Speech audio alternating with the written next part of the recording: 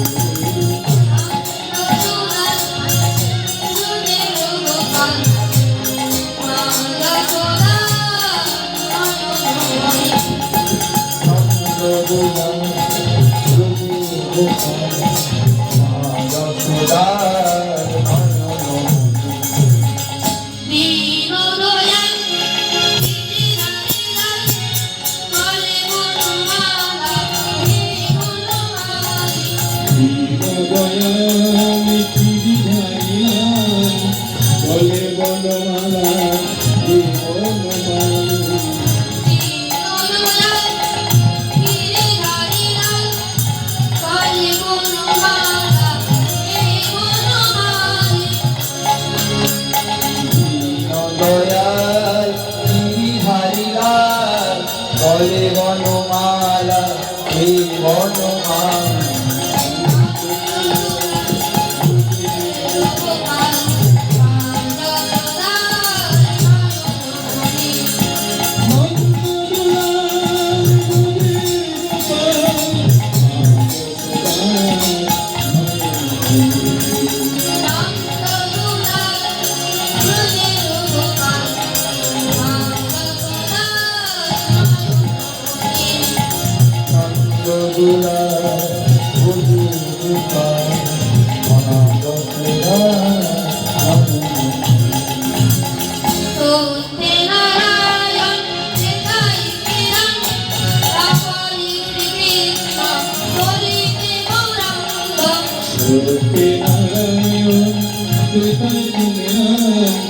তারপরে কৃষ্ণ গৌরাঙ্গ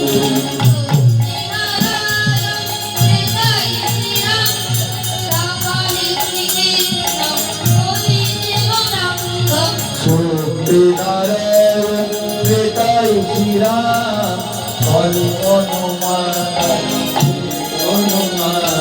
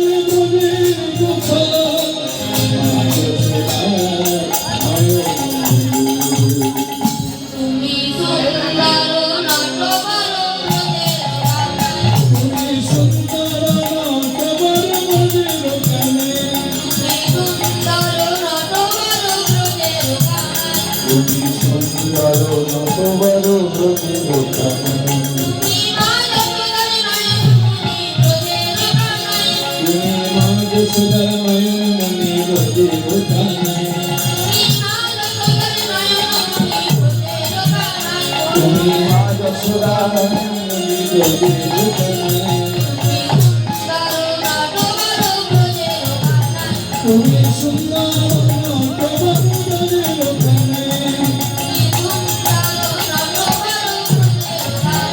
তুমি সুন্দর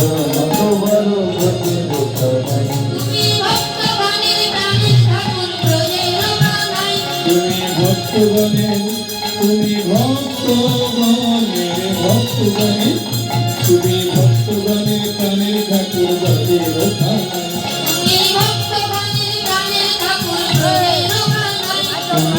ভক্তগণের ঠাকুর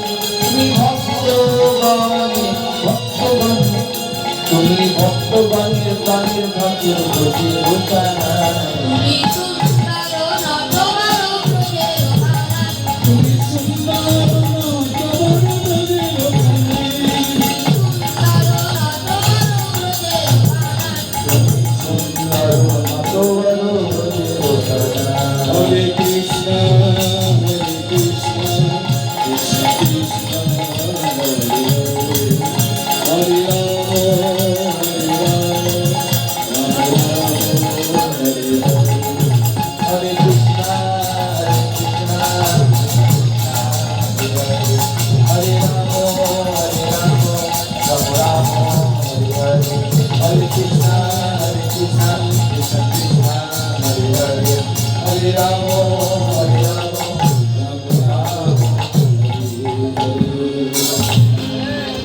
অতি জয়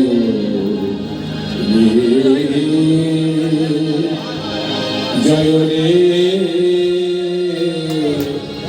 জয় রে গোরা আ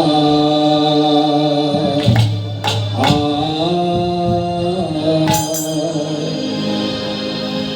ও হে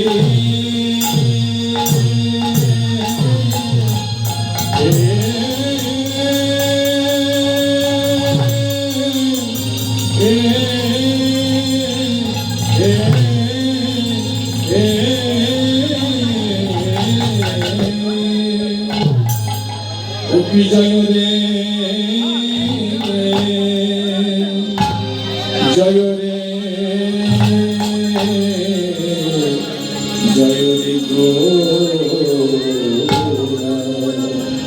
অপি জয় জয় রে জয় রে জয় রে গোরা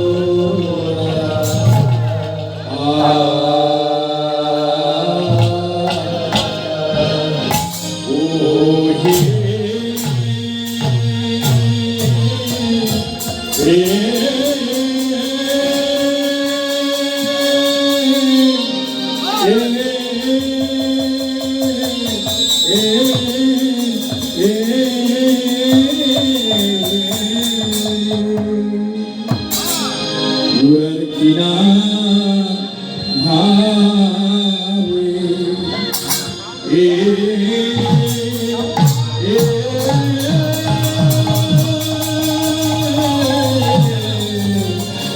Kina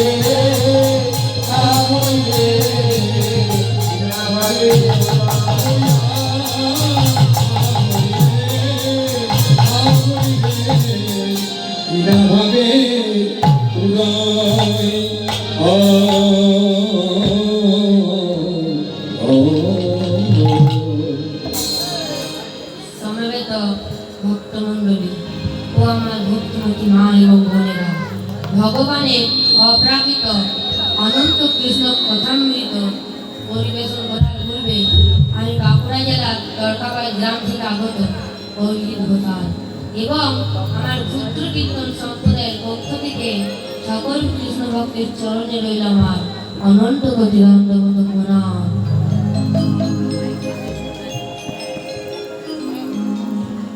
ভগবান শ্রীমুখে বলে গেছেন, ভক্ত আমার মাতা পিতা, ভক্তই আমার গুরু। ভক্ত যদি ভগবানের কাছে মাতা পিতা তুল্য হন, ভক্তই যদি ভগবানের কাছে গুরু তুল্য হন, তাহলে আপনাদের মতো ভক্তের চরণে রইল আমার অনন্ত কোটি দণ্ডবত প্রণাম। আমার গুরুদেব সদ্য সব্যসাচী চ্যাটার্জি মহাশয়ের আশীর্বাদ মাথায় নিয়ে আপনাদের এই হরিবাসরে কিছুক্ষণের জন্য হরিকথা ও কৃষ্ণ কথা পরিবেশন করব।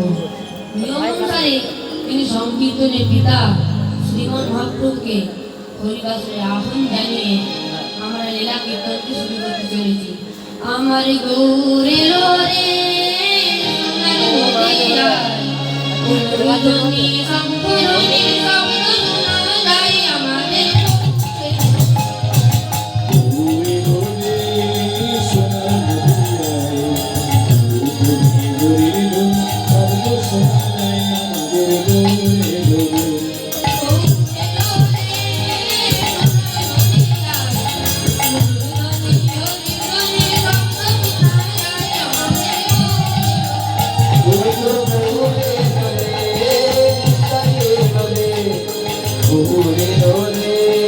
সোনার মদিরায়, গৌরী গৌরী গুণ শব্দ শোনা যায় আমাদের গৌরে।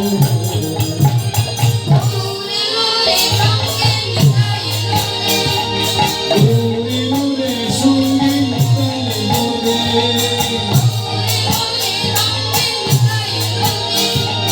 গৌরে গৌরে সঙ্গীত গাইলো রে।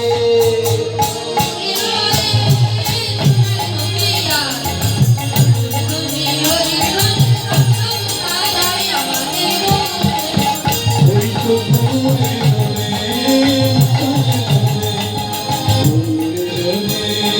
সোনার মদিরায়, গৌরী গৌরী গুণ শব্দ শোনা যায় আমাদের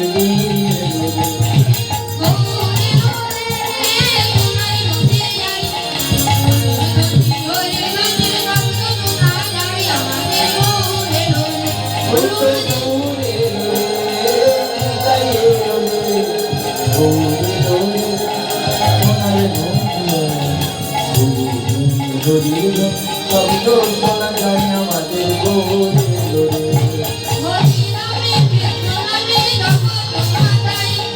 হরি কৃষ্ণ নামে জগৎ মাতায়, চড়াই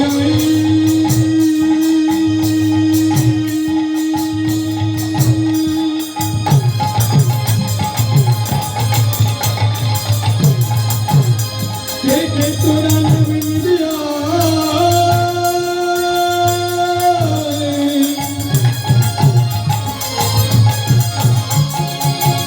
তোরা ছুটে ছুটে আই,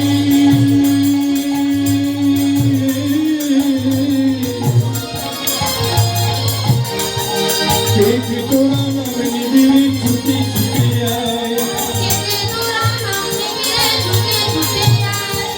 কে তোরা নাম নিবি রে, কে তোরা নাম নিবি রে ছুটে ছুটে আয়।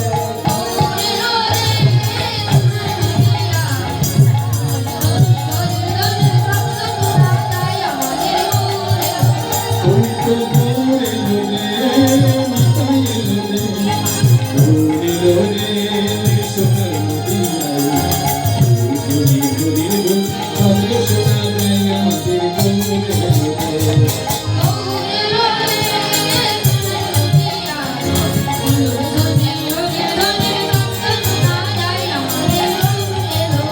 ওই তো গৌরে গৌরে গাইলো রে, গৌরে গৌরে সোনার মদিরায়, গৌরী গৌরী গুণ শব্দ শোনা যায় আমাদের গৌরে। 1486 খ্রিস্টাব্দে 18 ফেব্রুয়ারি এক শুভ দোল পূর্ণিমায় সতীগর্ভ সিন্ধু মাঝে অবতীর্ণ হলেন কলিযুগের ভগবান শ্রীকৃষ্ণ চৈতন্য মহাপ্রভু। বৃন্দাবনে যিনি ছিলেন যশোদার নন্দন শ্রীকৃষ্ণ, ব্রজের নন্দন শ্রীকৃষ্ণ, তিনি কলিকালে হলেন রাধা কৃষ্ণের মিলিত বিগ্রহ শ্রীকৃষ্ণ চৈতন্য মহাপ্রভু। শাস্ত্রে প্রমাণ আছে, ভাবরসে গড়ায় আমার শ্রী গৌরাঙ্গ তনু, যার বাইরে রাধা ভিতরে কানু। তারপরে যুগের গোবিন্দের গো আর রাধা রানীর নাম নিয়ে তিনি হলেন প্রাণের গোড়া। কলিকালে অবতীর্ণ হয়ে কলির জীবকে উদ্ধার করার জন্য বলে উঠলেন, সকলে মিলে দুটি হাত তুলে গাও, ভজ শ্রীকৃষ্ণ কহ শ্রীকৃষ্ণ কহ শ্রীকৃষ্ণ। ভজ শ্রীকৃষ্ণ ভজ কৃষ্ণ মহতি কৃষ্ণের নামে।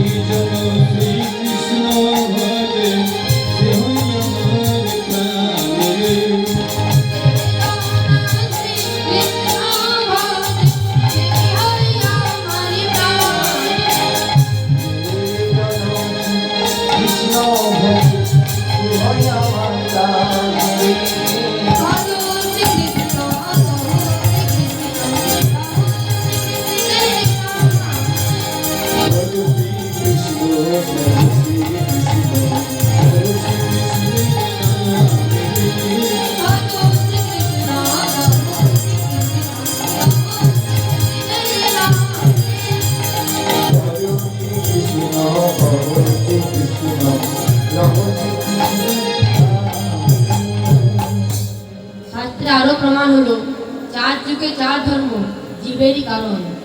অতএব কলিযুগের ধর্ম নাম যজ্ঞ সার, নাম ছাড়িয়ে গতি নাহি হার। চার যুগে চার ধর্ম জীবেরই কারণ, অতএব আমাদের যুগ চারটি, সত্য, ত্রেতা, দাপর এবং কলি। সত্যের ধর্ম ধ্যান, ত্রেতার ধর্ম যাগযজ্ঞ, দাপরের ধর্ম সেবা ও পূজা এবং কলিযুগের ধর্ম হয় হরিনাম সংকীর্তন।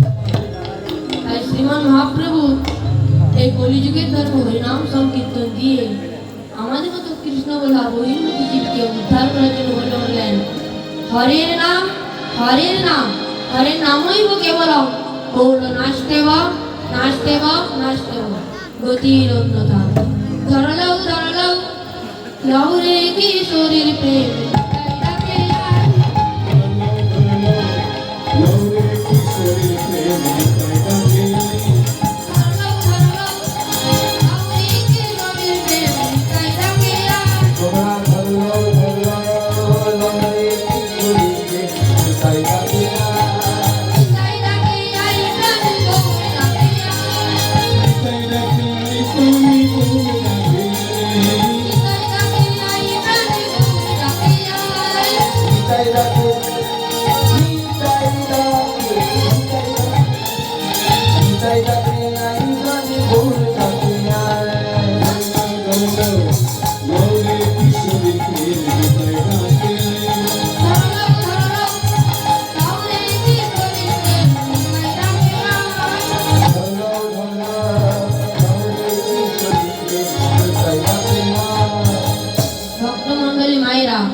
মহাজনেরা বলে গেছেন, সর্বশক্তি পূর্ণ হরি নাম। এই ভগবানের নাম যে সর্বশক্তিমান তার একটি সুন্দর দৃষ্টান্ত রয়েছে। ভগবান শ্রী রামচন্দ্র যেদিন সাগরের মধ্যে সেতু বন্ধন করে শ্রীলঙ্কায় প্রবেশ করলেন, যার আগে নাম ছিল লঙ্কা, পরে হয়েছিল শৃঙ্খল, বর্তমানে আমরা যাকে বলি শ্রীলঙ্কা। আমাদের প্রতিবেশী দেশ যখন শ্রী রামচন্দ্র সাগরের মধ্যে সেতু বন্ধন করে শ্রীলঙ্কায় প্রবেশ করছেন, তখন লঙ্কাধিপতি রাবণের সেনাপতিরা বলছেন, মহারাজ মহারাজ আপনার দিন শেষ। কেন হয় কি জন্য আমার দিন শেষ? এমন এক এসেছেন যার নাম রাম। তার নামে এমন মহিমা, তার বানর সৈন্য বড় বড় প্রস্তর নিচ্ছে, আর সে প্রস্তর বা সেলাই লিখছে রাম রাম, এবং রাম রাম উচ্চারণ করতে করতে সেটা সমুদ্রের জলে ফেলতেই সেটা ভেসে উঠছে। আর তার উপর ভর করে তারা আমাদের শ্রীলঙ্কায় প্রবেশ করছে। রাবণ মৃত্যু হতে বলছেন, এজন্য তোমরা ভয় পাচ্ছ? আর বলে দিলে আমার দিন শেষ। শোনো, রাম নামে যদি শিলা জলে ভাসে তাহলে আই এম রাবণ, আমার নামে শিলা জলে ভাসবে। রাবণের সেনাপতিরা বলছে, হ্যাঁ রাবণ, বলে হ্যাঁ রাজামশাই, প্রমাণ দেখাতে পারবেন যে আপনার নামে শিলা জলে ভাসে? হ্যাঁ, যাও এখনই একটা বড় দিকে প্রস্তর নিয়ে এসো। এবার প্রস্তর বা শিলায় যেই না লিখেছে রাবণ রাবণ, এবং সকলকে সমবেত করে যেই না শিলার জলে সেই সমুদ্রের জলে সেই পাথরটিকে নিক্ষেপ করেছে, শিলা ভেসে উঠেছে। সবাই করতালি দিচ্ছে আর বলছে, বাহ বাহ, রামকে ভয় পাওয়ার কিছু নেই, আমাদের রাবণও কম যায় না। এবার তাহলে যুদ্ধ হবে সমানে সমানে। রাত্রিবেলা রাবণের স্ত্রী সহধর্মিনী অর্ধাঙ্গিনী স্বামীর পদসেবা করতে করতে বলছে, স্বামী, আমি আপনার সবচেয়ে ভালো চিনি। আপনার মতো যোদ্ধা ত্রিভুবনে কেউ নেই, আপনার মতো নিষ্ঠা ব্রাহ্মণ ত্রিভুবনে কেউ নেই। আমি জানি, আমি জেনে শুনেও আপনাকে সম্মান দিই, মর্যাদা দিই, কিন্তু আমি আপনাকে নিয়ে সংসার করি, চিনি, জানি আপনার নামে শিলা জলে ভাসবে, এটা ঠিক আমি মন থেকে মেনে নিতে পারছি না। আমায় সত্যি করে বলুন তো স্বামী, কি এমন করেছেন যেন আপনার নামে শিলা জলে ভেসেছে? আমায় বলুন, আমি আপনার সহধর্মিনী অর্ধাঙ্গিনী, আমার জানার অধিকার আছে। এই কথা শুনে রাবণের দুই নয়নে অশ্রু নেমে এলো। মন্দোদরী, তাহলে তুমি আসল রহস্য শোনো। সেদিন আমি সীতাকে হরণ করে নিয়ে অশোক বনে রেখেছিলাম। সেদিন তুমি আমায় তিরস্কার করেছিলে আর বলেছিলে কি জানো, পর নারীকে কেন নিয়ে এলে? সেদিন তো তোমার কোন প্রশ্নের উত্তর দিইনি। আজ 102 প্রশ্নের উত্তর আমি দেবো। এক, সীতাকে কেন আমি এনেছি?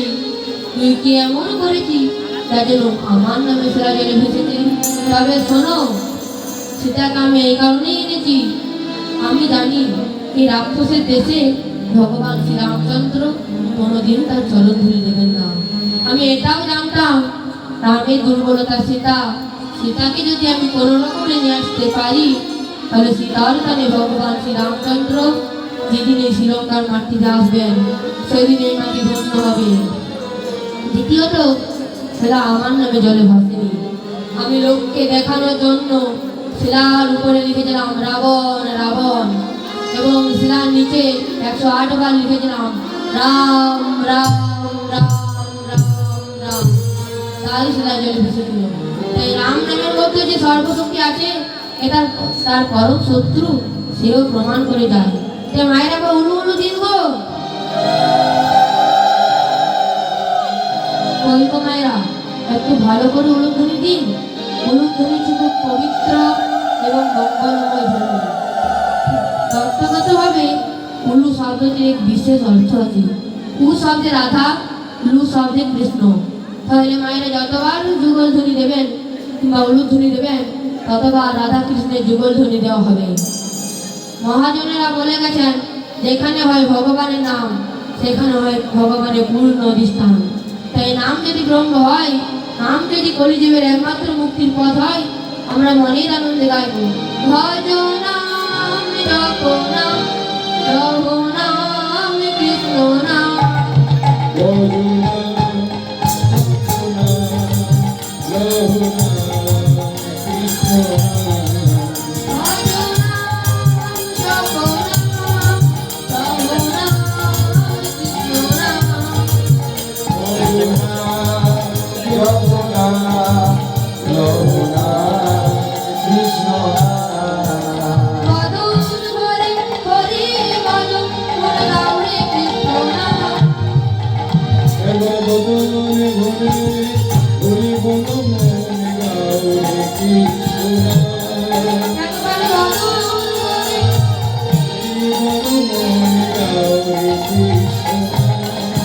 Raghunath, Raghunath, Raghunath.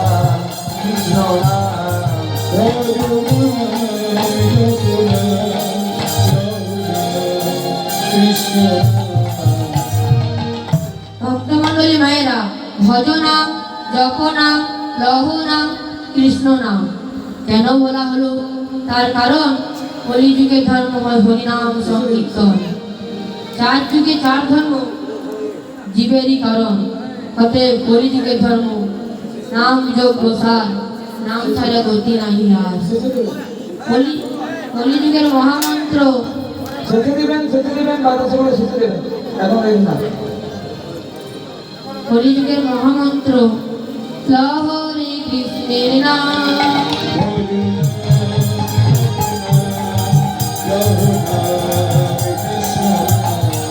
ভজ নাম, জপ নাম,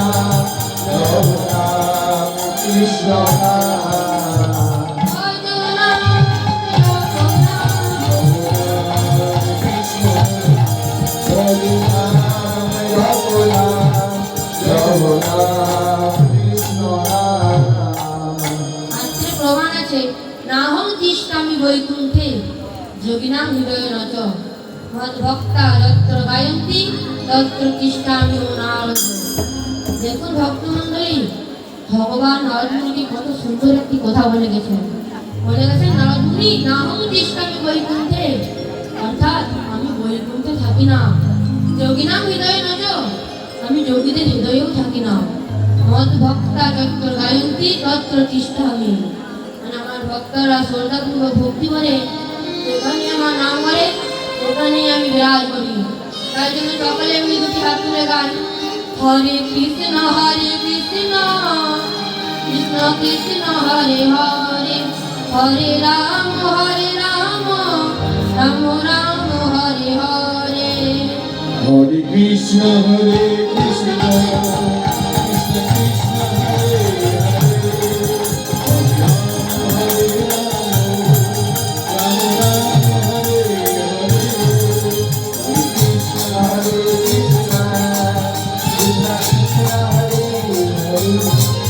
Hare Ram, Hare Hare, Hare Krishna, Hare Krishna, Krishna Krishna, Hare Hare, Hare Ram, Hare Ram, Ram Ram, Hare Hare. Hare Krishna, Hare Krishna, Krishna Krishna, Hare Hare, Hare Ram, Hare Ram, Ram Ram, Hare Hare, Hare Krishna, Hare Krishna, Krishna Krishna, Hare Hare, Hare Ram, Hare Ram, Ram Ram, Hare Hare. Basudeb Ghosh করে হরিজোড়া, যেই গোরা সেই কৃষ্ণ সেই তো জগন্নাথ। এতক্ষণ আমরা ছিলাম শ্রীধাম নবদ্বীপে। এবার নবদ্বীপের পথ অতিক্রম করে আমরা প্রবেশ করব মধুমহর্ষি বৃন্দাবনে। সকলে মিলে দুটি হাত তুলে গাইবেন, হরে রাখালি রাজা বলে দে না কোথায় বৃন্দাবন, শ্যামকুণ্ড রাধা কুণ্ড গিরি গোবর্ধন। হরে রাখালি রাজা বলে দে না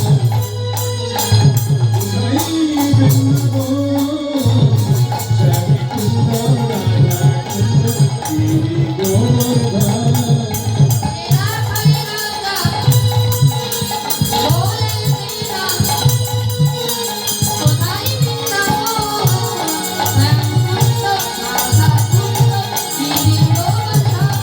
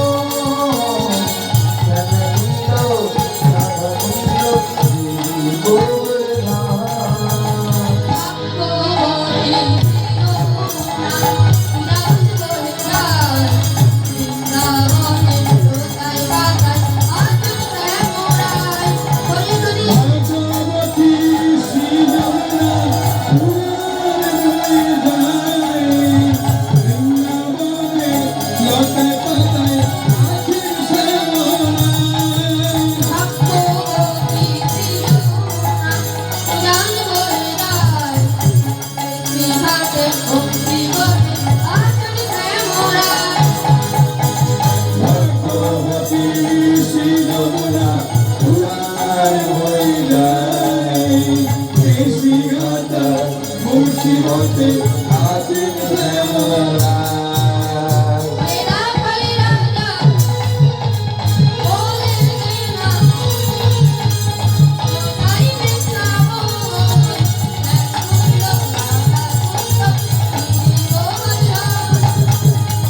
রাখাল রাজা বলেছেন কোথায় বৃন্দাবন,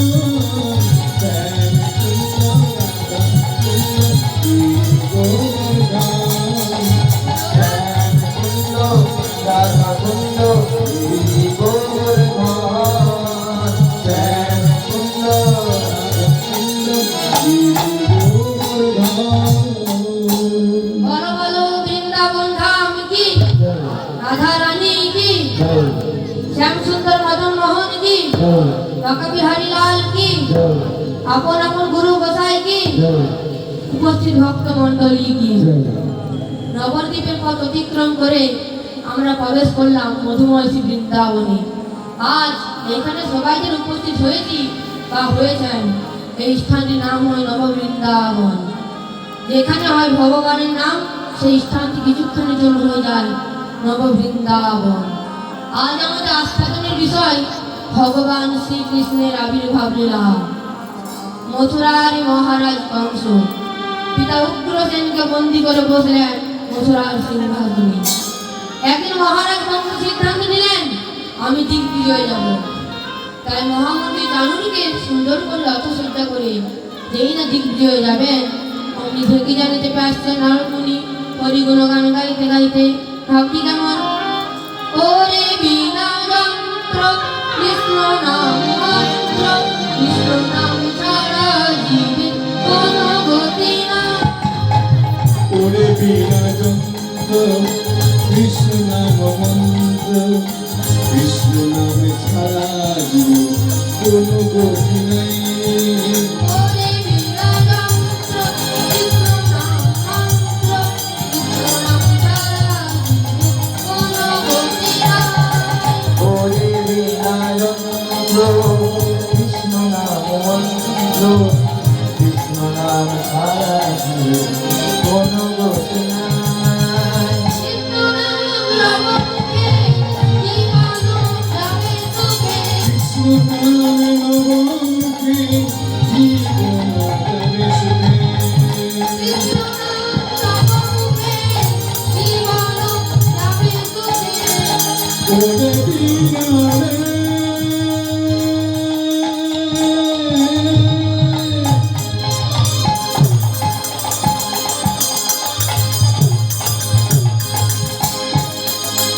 মুখে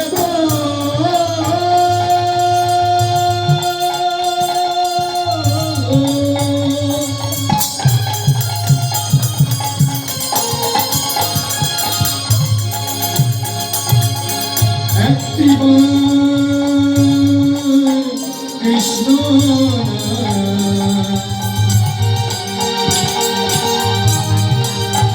কৃষ্ণ নাম ছাড়া জীবে কোন গতি, কোন গতি নাই। কৃষ্ণ নাম কৃষ্ণ নাম লবকে জীবন যাবে সুখে।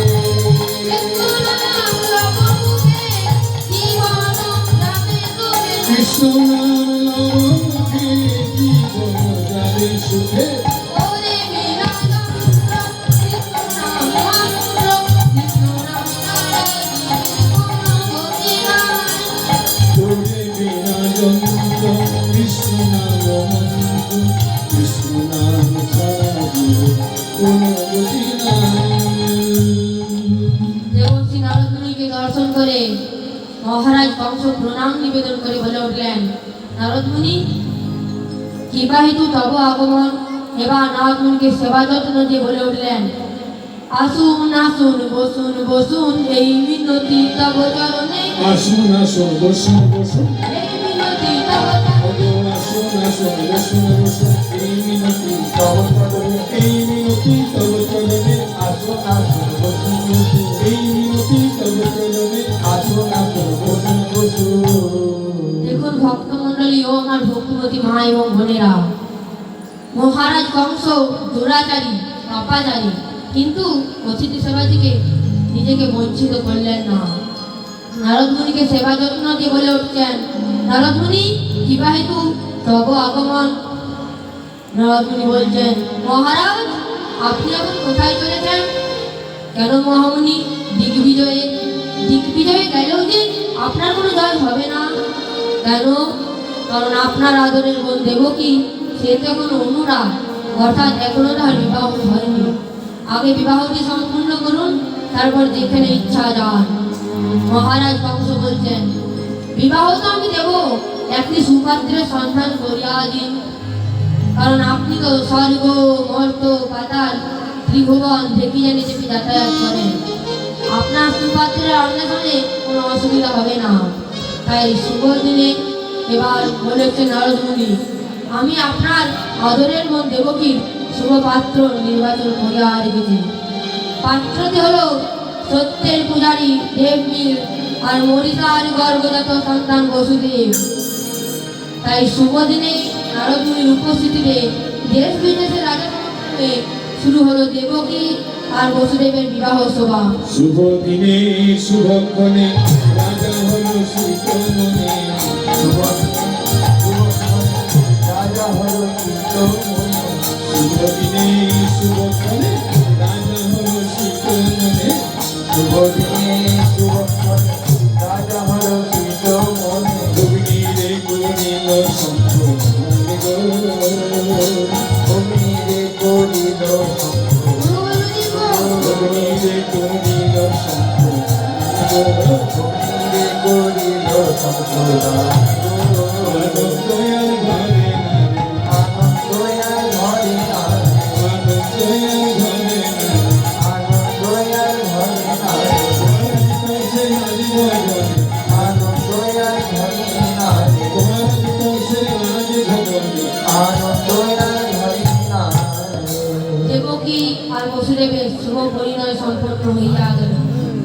পরের দিন সকালবেলা সুন্দর করে অপসজ্জা করছেন, মনকে রাখতে দেবেন শ্বশুর বাড়িতে। চলেছেন চলেছেন চলেছেন, যেই না মধ্যরাতে এলেন, উনি আকাশ মার্গকে আকাশবাণী হল, শোনো শোনো শোনো শোনো মহারানী, শোনো দেবকীর অষ্টম গর্ভের সন্তান তোমায় একদিন করিবে তোমায় করিবে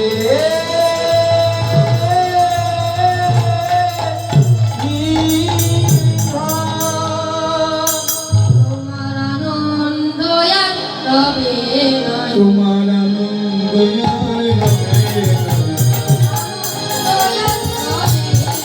তোমার আনন্দ আর রবে না।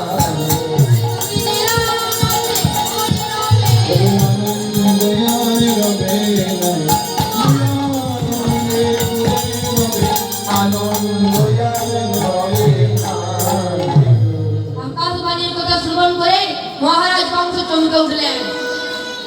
মনে মনে চিন্তা করলেন, ওই দেবকীকে যাকে আমি ছোট থেকে বড় করছি, তারই যদি একটার পর একটা সন্তানে আমার প্রাণ হত্যার কারণ হয়ে থাকে, তাহলে আমি ওই দেবকীকে প্রাণে বাঁচিয়ে রাখবো না।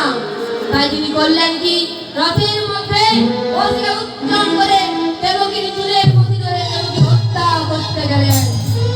এবার যেই না হত্যা করতে যাবেন, অমনি রথের মধ্যে স্বামী বসুদেব মহারাজ কংসের চরণ দুটি জড়িয়ে ধরে বলছেন, এ কি করছেন মহারাজ? আপনি এত বড় একটা মথুরার মহাজ্ঞানী রাজা হয়ে একটা অঘরা নারীর প্রাণে বধ করতে চাইছেন, যে কিনা আপনার আদরের বোন, দোষী দেবকী নয়, দোষী দেবকীর গর্ভের সন্তান। আমি আপনাকে কথা দিলাম, দেবকীর কোনো সন্তান বা সন্তান ভূমিষ্ঠ মাত্র আমি তাদের আপনার হাতে তুলে দেবো মহারাজ। তাও আপনি দেবকীর সন্তানগুলিকে বধ করবেন না, কারণ শাস্ত্রে প্রমাণ আছে, নারীর কেস ধরে অপমান করতে নেই, তার ঘর হয় ভয়ঙ্কর। শাস্ত্রে কি প্রমাণ আছে বলুন তো মায়েরা? কুল ধ্বংস হলো দ্রৌপদীর কেশ কর্ষ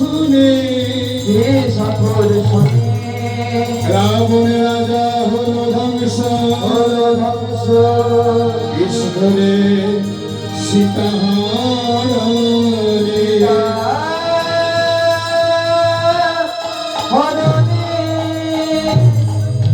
এমন কর্ম করো না রাজা, তুমি এমন কর্ম করো না রাজা এমন কর্ম করো না রাজা, তুমি এমন কর্ম করো না রাজা। তোমার যেমন কর্ম তেমন ফল। তুমি এমন কর্ম করো না রাজা। যেমন কর্ম তেমন ফল, এমন কর্ম করো না রাজা। মহারাজ, দোষী দেবকী নয়, দোষী দেবকীর গর্ভের সন্তান। আমি আপনাকে কথা দিলাম, দেবকীর কোনো সন্তান বা সন্ততি ভূমিষ্ঠ মাত্র আমি তাদের আপনার হাতে তুলে দেব। এবার মহারাজ কংস বলছেন, বসুদেব, আমি জানি তুমি সত্যের পূজারী, আজ পর্যন্ত কোনোদিন মিথ্যে কথা বলনি, আর আজকেও বলবে না। আমি তোমাকে বিশ্বাস করব, কিন্তু আমি আমার আদরের ওই দেবকী, তাকে কিভাবে বিশ্বাস করব? সে তো মা, সে যদি সন্তান জন্ম দিয়ে আমার হাতে তুলে দেওয়ার হয়ে পালিয়ে যায়, তাই যতদিন না পর্যন্ত দেবকী প্রথম গর্ভ থেকে অষ্টম গর্ভজাত সন্তান এই ধরাধামে আসছে, ততদিন পর্যন্ত তোমাকে আর আমার একমাত্র আদরের বোন দেবকীকে আমার এই নির্জন কারাগারে বন্দী থাকতে হবে। একেই বলে নিয়তির লিখন, কে ঘরে খণ্ডন। আজকে যে রাজা বিরাজ, কালকে যে ভিক্ষা যায়। মনে রেখো জীব, চিরদিন কাহারও সমান নাহি যায়। দেবকী আর বসুদেব কংসের কারাগারে বন্দী হলো। আজ মথুরাতে কইন কংস কারাগারে, আজ মথুরাতে কংস কারাগারে দেবকী বসুদেব কাঁদে। আজ মথুরাতে কংস কারাগারে, দেবকী বসুদেব কাঁদে। কানে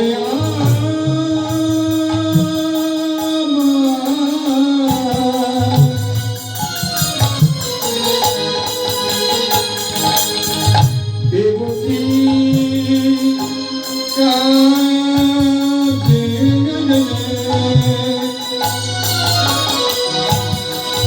কেনে কেনে বলে ওগো ভিতর বাড়ি মধুসূদন একবার এসে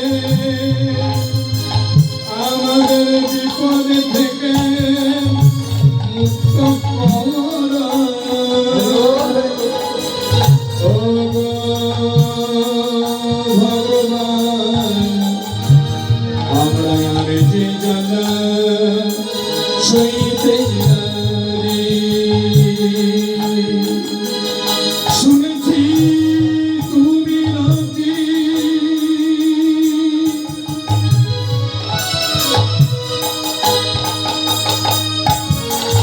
কাঙালে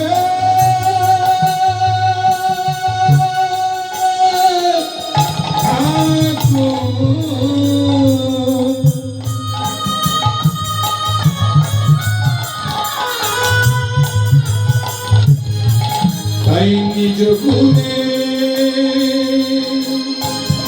কৃপা কৃপা করে এই কারাগারে এসে দিয়ে আমাদের কারাগারের যন্ত্রণা থেকে মুক্ত করে দাও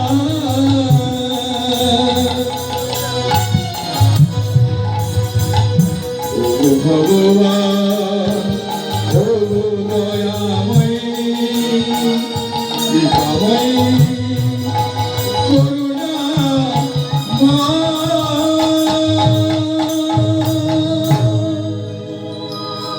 এবার ভক্তমণ্ডলী মায়েরা না কাঁদলে কোনোদিনও ভগবান পাওয়া যায় না। অনেকের মনে প্রশ্ন জাগে, যারা ভগবানের নাম করে, যারা সৎ পথে এগিয়ে যায়, তাদের কিন্তু দুঃখ কষ্ট বেশি কেন? কারণ এই প্রসঙ্গে শ্রী শ্রী ঠাকুর রামকৃষ্ণ পরমহংসদেব বলে গেছেন, ওরে খেপা, যারা স্কুলে যায় তাদেরই তো পরীক্ষা হয়, আর যারা স্কুলে যায় না তাদের আবার কিসের পরীক্ষা? তাই পদকর্তা মহাজন বলছেন, এত ডাকি দাও না তারা ওগো ভগবান।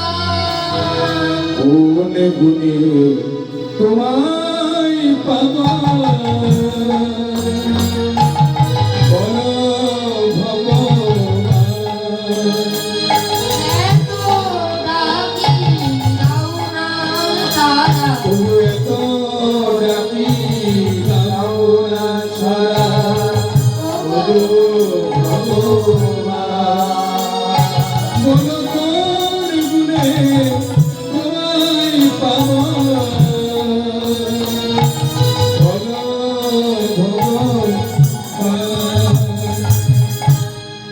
এত ডাকি দাও না তারা ওগো ভগবান। কোন গুণে পাবো তোমায় বলো ভগবান।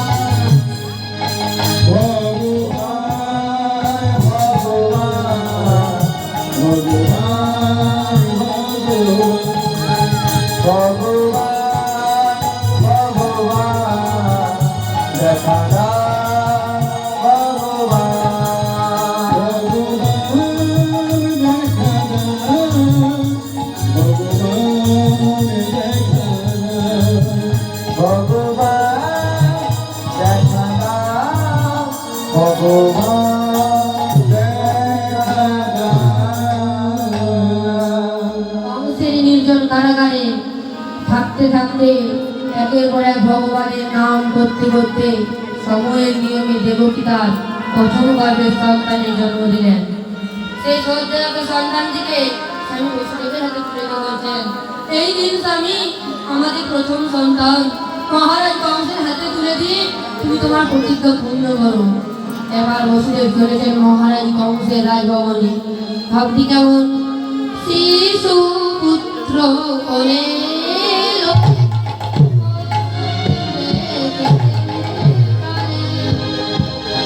তবু শিশু পুত্র কোনে মনে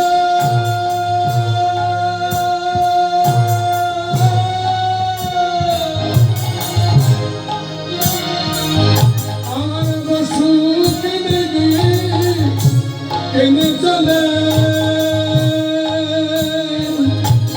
শিশু পুত্র কোনে ধরে বসু আমার চলে যাই।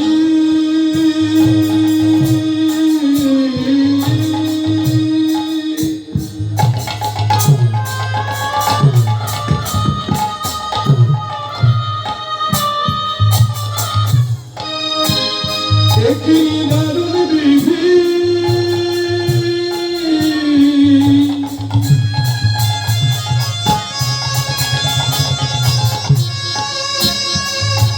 কি করিলি কি করিলি কি করিলি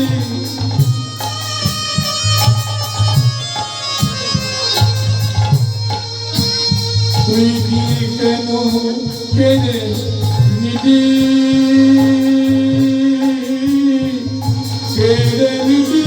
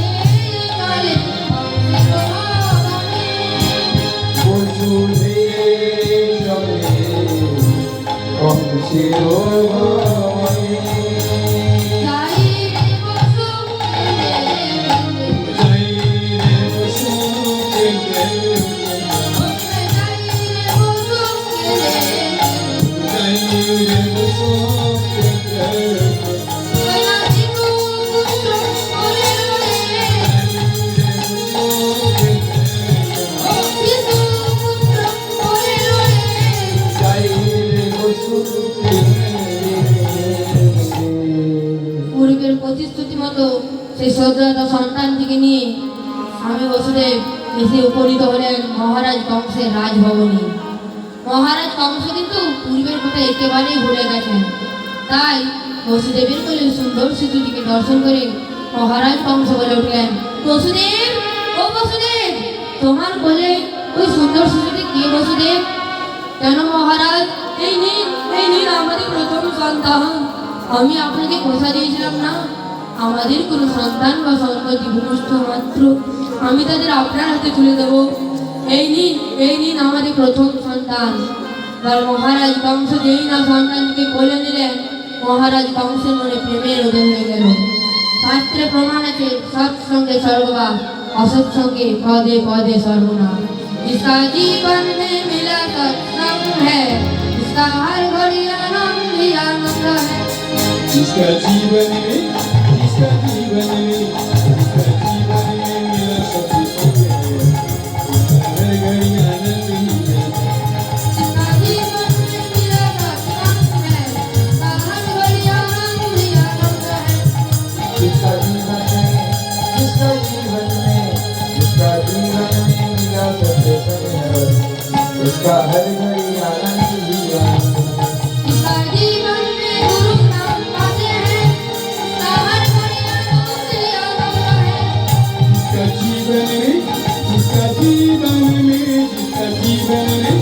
जिसका जीवन में गुरु नाम आते हैं, उसका हर घड़ी आनंद ही आनंद है। जिसका जीवन में गुरु नाम पाते हैं, उसका हर घड़ी आनंद ही आनंद है। जिसका जीवन में गुरु नाम बसे है, उसका हर घड़ी आनंद ही आनंद है। जिसका जीवन में मिला सत्संग है, उसका हर घड़ी आनंद ही आनंद है। जिसका जीवन में मिला सत्संग है, उसका हर घड़ी आनंद ही आनंद है। उसका हर घड़ी आनंद ही आनंद है। उसका हर घड़ी आनंद ही आनंद है।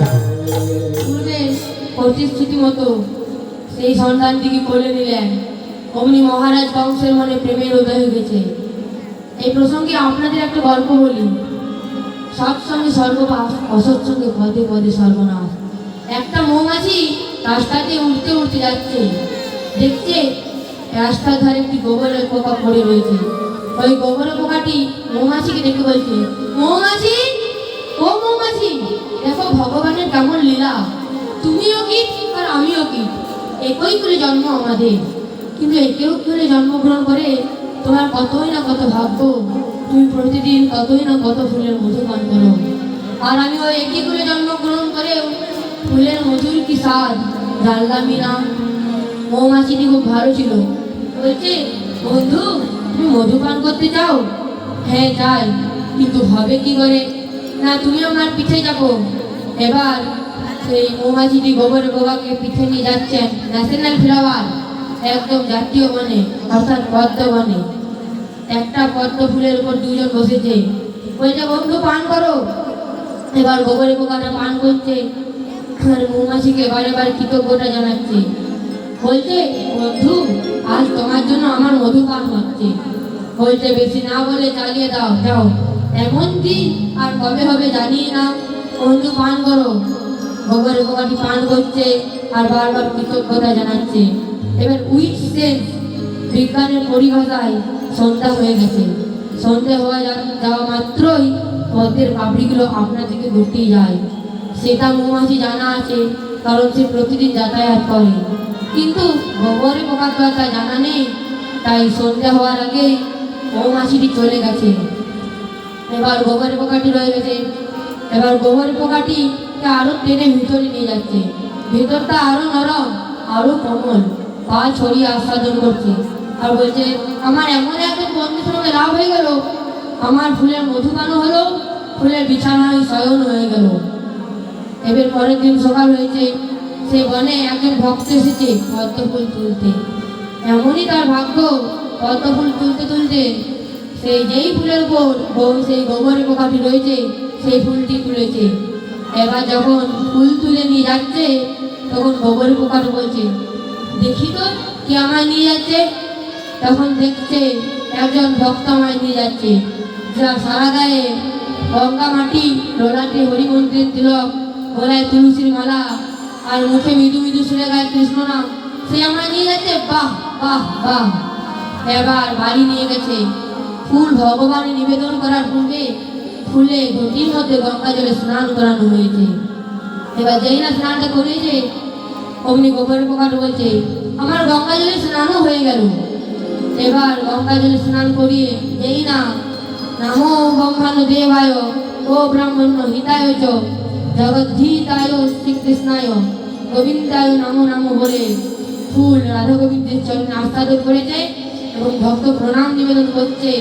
তখন বলছে, দেখি তো আমি কোথায় এলাম। দেখছে, ও বাবা, একটা সুন্দর মন্দিরে রাধা গোবিন্দের চরণ তলায় একটা জায়গা হয়েছে। রাধা সেবিকা সরি সেজিছে ভালো, রাধা সেবিকা সেজেছে ভালো ভালো, রাধা সেবিকা সরি সেজিছে ভালো, রাধা সেবিকা সেজেছে ভালো। ওই মুরে ব্রহ্মণী স্বামীজি করে কালো, রাই মোদে হে করুণী শ্যামে জীবনে কালো। রাই রাই রাই রাই মুরে,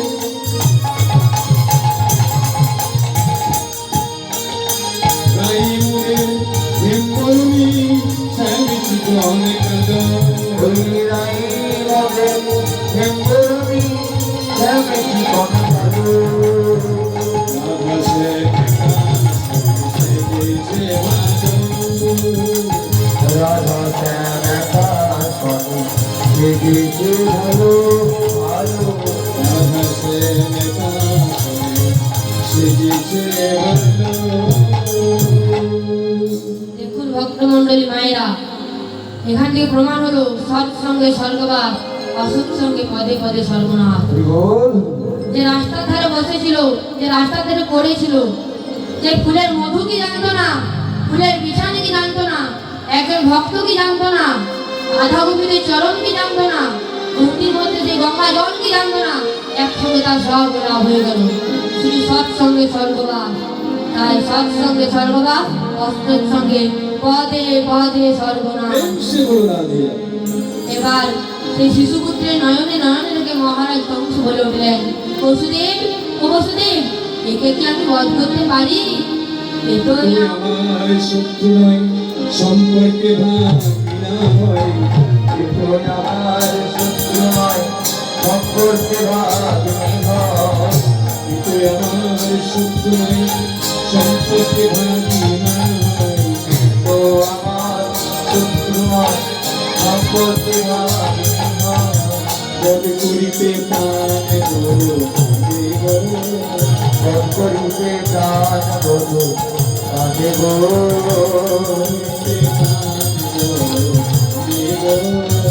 বধ করিতে প্রাণ বধু কাঁদে গো। যাও রে বসু লয়ে যাও রে, যাও রে বসু লয়ে যাও রে,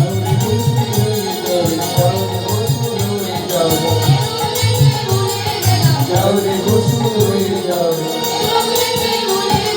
যাও রে বসু লয়ে যাও রে। সন্তান থেকে ফিরে পেয়ে দেবকী আর বসুদেবের মন আনন্দে ভরে উঠল। কিন্তু অন্যদিকে স্বর্গরাজ্যটা নিরানন্দের কারণ হয়ে দাঁড়ালো।